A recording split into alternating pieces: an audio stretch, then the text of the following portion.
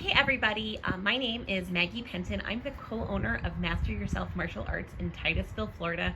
I just wanted to thank you all for subscribing to our YouTube channel. It means the world to me.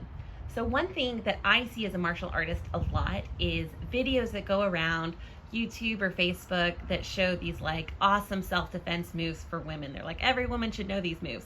And a lot of times it's like a woman in a dress or high heels like flipping somebody over her head with like amazing skill, and that is really amazing. But I think that self-defense should be available for everybody. And for the past few years, I have been teaching women's self-defense classes through our local women's center, and I have learned some really important things, and it's really changed my approach to self-defense working with these survivors of domestic violence. So I wanted to share two preemptive things and then my 5 biggest lessons of how you can defend yourself as a woman in our society. So the first thing is, this isn't really a tip, but if you are a person who's in a position to mentor little girls, one thing we all need to stop saying right now is, he's being mean to you because he likes you. Never ever say that to a little girl. He is not being mean to you because he likes you. He is being mean to you because he does not have good manners. So anyway, so we never, ever, ever want to associate being unkind with showing love, because that's not how love works. Second, if you are in a position to mentor little boys or young men, you need to explain consent to them. So they don't just get the toy because they want it or they're big enough to take it from somebody else. You don't have to be mean to them about this. You can just say kindly if you see like a little boy snatching something from somebody else, or a little girl too. To be totally honest, everybody. But you just stop them and say, hey, I saw that you took that from them. What we need to do is use our words and say, can I have that please? And this doesn't have to be about touch, body, sexual assault or anything. We just have to train them, teach little boys and little girls from a very young age that when we want something, we just ask with our words, and if the answer is no, then we can find something else to do. So those are my 2 just preemptive tips. Now, my 5 tips for women's self-defense. The first one is, if you are out somewhere and maybe it's dark, maybe you feel uncomfortable, maybe you have like a feeling inside that something is not right, you need to listen to that feeling, okay? And so sometimes most stores, I know that my grocery store, a lot of stores have somebody, if you ask, hey, can you walk me out to my car? They will do that. And you just shouldn't feel bad about asking for that. Another thing you can do is, if you're out driving, put the emergency number, the non-emergency number. So this is not like a 911 call, but like you can just call the police department. And if you need to be escorted somewhere, you want somebody to follow you home, they will do that for you. That is just a free thing that the police department will do. You may have to wait if you want somebody to follow you home, but they will do that, and they will make sure that you are okay. That is their job, and you do not need to feel bad about asking for that. Even if they roll it, whatever, do not worry about their response. Your safety is an okay thing to ask for. So that's number 1. 2.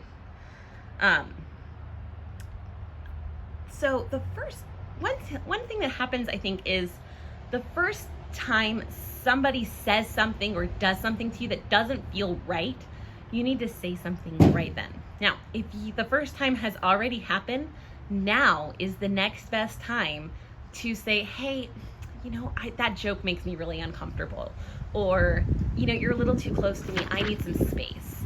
And if you're like me and you're in that situation, and then like a couple hours later you're like, I know what I should have said, that is okay. What you need to do is this is kind of tip 3. So this is 2, is the first time something happens, you have to say something, because sometimes somebody's just kind of testing the waters and they want to see how you're going to respond. And so the first time something happens, if you push back and say, hey, that's not okay with me, then you can say something to them. If you don't feel comfortable saying something to them, if you have an HR person or if there's somebody who's like in a position over you, if there's somebody else you can report it to, that can be really helpful. Even if you're not the person to say something, they just need to know that you're not going to like tolerate that kind of thing. Now, 3 is kind of related. So again, if you're like me and you realize, oh, I have the perfect thing to say, only it's like 3 days after whatever happened, write it down. That is the thing to say. and practice it in front of a mirror until you believe it. Okay, sometimes something that we teach is like, if you say something like disgusting, like an expletive or something, like I'm kind of a mild-mannered person, so like I had to kind of practice in a mirror until I believed my like get away from me thing. I don't want to like use any expletives because this is going to go on YouTube, but you know, say whatever you need to say, and then make sure you practice a couple things when you're practicing your response. The first thing you got to practice is taking a deep breath, because that's going to keep your brain calm. It's going to help you calm yourself down so that you can respond with your thinking brain, not your lizard brain. Okay, so we just want to do everything we can to stay calm so we can use all of our resources to respond. So take a deep breath, say what you're going to say, close your mouth, and get out of there. Okay, so far we've got 1. Do not be afraid to ask for help if you are uncomfortable. Put that emergency number in your phone, ask for help when you need it. 2, first time something happens, say something. 3, if there's a response that you want to be able to say to somebody, practice it in the mirror, because a high pressure situation is not the best time to practice something hard like this. And saying something to somebody, is really hard. So that's number 3. Number 4. Emergency numbers. Oh, number 1 and 2 were those. Number 1 was that talk to the little boys and little girls. That was actually number 4. Number 5. Sorry. I can count. This is why I teach martial arts, not math. I thought about teaching math, but I teach martial arts instead. All right, number 5. This is really important. If something bad happens to you, it is not your fault. Bad things happen, and it sucks. Like this coronavirus where we're all stuck inside. It is not good. So your job is not to blame yourself for it happening. You didn't make it happen, but your responsibility is to never stop fighting. So if you can fight off an assailant doing those cool moves where you flip somebody over with your legs, that is great. If you couldn't do that, I'm sorry, but you can still keep fighting. So there are a lot of resources out there to help women. You can get therapy, you get medical help, and you ask for all the help that you need. And you do not stop asking for help. You don't stop fighting for yourself, for your kids, for your family, ever. Okay? So just keep going. Keep taking those deep breaths. Keep making the future better by helping kids learn from a young age what consent is, and that love is kind, love treats people well, learn to treat people well.